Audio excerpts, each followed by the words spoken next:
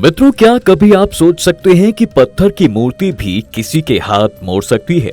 नहीं ना, पर एक पुलिस वाले के साथ ऐसा हुआ था जब उसे सबक सिखाने के लिए भगवान की मूर्ति ने उसका हाथ जोर से मोड़ दिया था।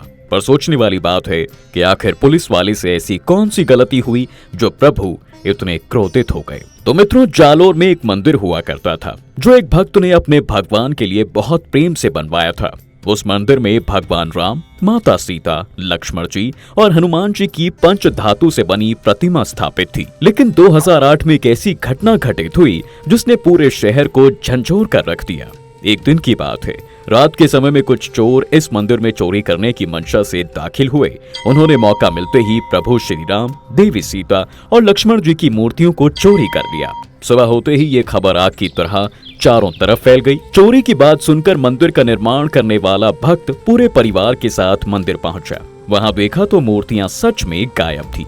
वो भक्त तुरंत परिवार के साथ पुलिस स्टेशन गया। वहां जाकर उसने सारी बात बताई और अपनी शिकायत भी दर्ज करवाई। लेकिन पुलिस ने इस बात को गंभीरता से नहीं लिया और मामले को रफा दफा कर दिया। बाद में जब पुलिस वालों पर दबाव बनाया गया तो उन्होंने चोर की तलाश करनी शुरू कर दी और उसे पकड़कर जेल भेज दिया गया। जांच पड़ताल में सामने आया कि चोर की पहुंच बहुत ऊपर तक है।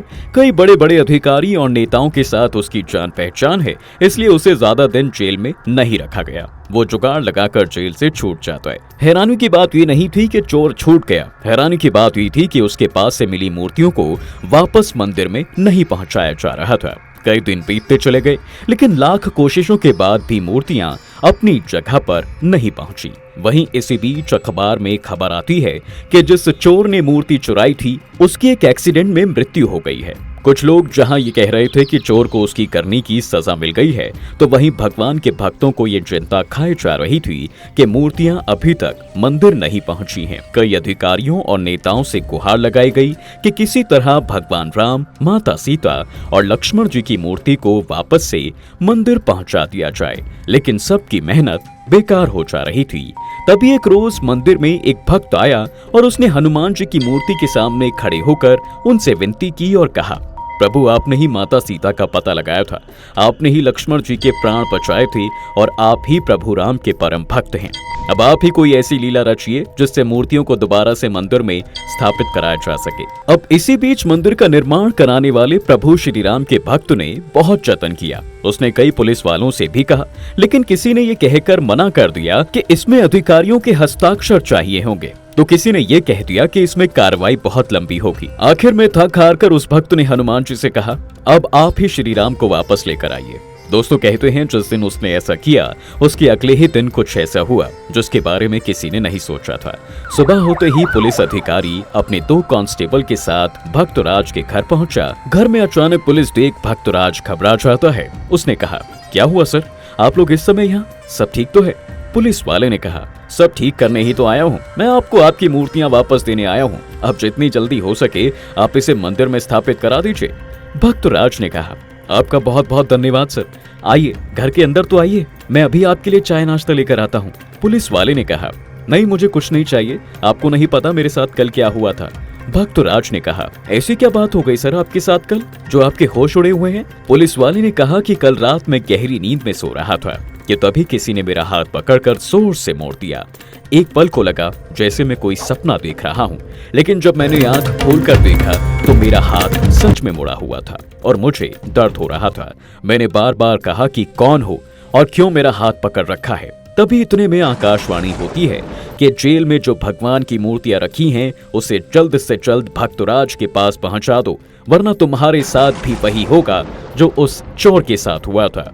इसलिए मैं तीनों मूर्तियां लेकर सुबह ही आपके पास आ गया। तब दोस्तों भक्तराज कहने लगे, वो कोई और नहीं हनुमान जी ही थे, क्योंकि मैंने कल रात ही उनसे प्रार्थना की थी और देखिए उन्होंने मेरी प्रार्थना सुन भी ली।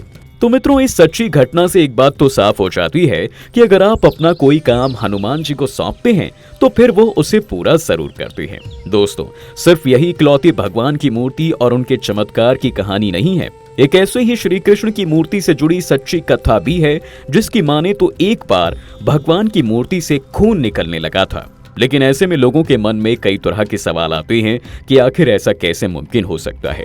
इस सवाल का जवाब ढूंढने के लिए हमें सबसे पहले पूरी कहानी जाननी होगी। देखिए, एक पुरानी कथा की माने तो किसी नगर में एक राजा हुआ करता था। उसने उस नगर में ही एक भव्य मंदिर बनवाया और उसमें कृष्ण भगवान की मूर्ति की प्राण प्रतिष्ठा करवाई।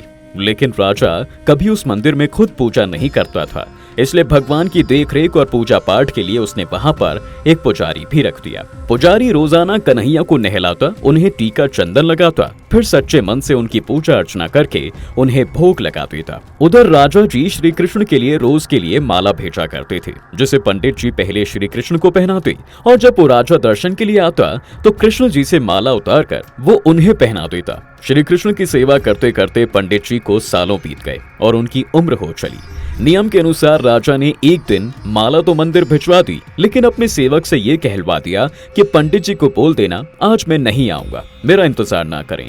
सेवक ने पुजारी जी को माला दी और राजा का संदेश भी उसने सुना दिया। हमेशा की तरह उस दिन भी पुजारी जी ने कन्हैया की सेवा की और राजा जी की माला कृष्ण को पहना दी। पर जब शाम को माला उतारने की बारी आई तो वो सोचने लगा कि आज मैं ये माला किसे पहनाऊं। राजा जी तो आज आने वाले हैं नहीं, तो क्या करूं मैं इस माला का। बहुत देर सोचने के बाद उसने वो माला खुद ही पहन ली और अपने मन में कहा, अब तो मेरी उम्र हो चली है, पता नहीं कब भगवान का बुलावा आ जाए, आज ये माला मैं ही पहन लेता हूँ। उसने माला पहनी ही थी दोस्तों कि तभी मंदिर में राजा का सेवक आया और उसने कहा, राजा जी की सवारी जल्द ही मंदिर पहुंचने वाली है, उनका काम खत्म हो गया है, इसलिए अब वो मंदिर आ रहे हैं।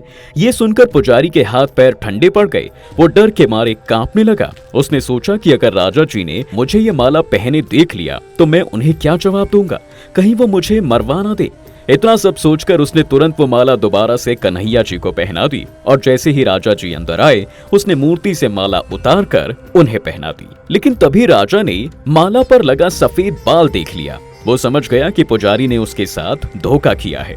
उसने ये माला खुद पहनी थी और जरा देर में राजा का गुस्सा 7वें आसमान पर पहुंच जाता है। उसने पुजारी से पूछा, माला में ये सफेद बाल कहां से आया? पंडित जी पहले से ही डरे हुए थे और अब तो राजा को इतने गुस्से में देखकर उनकी हालत और ज्यादा खराब हो गई।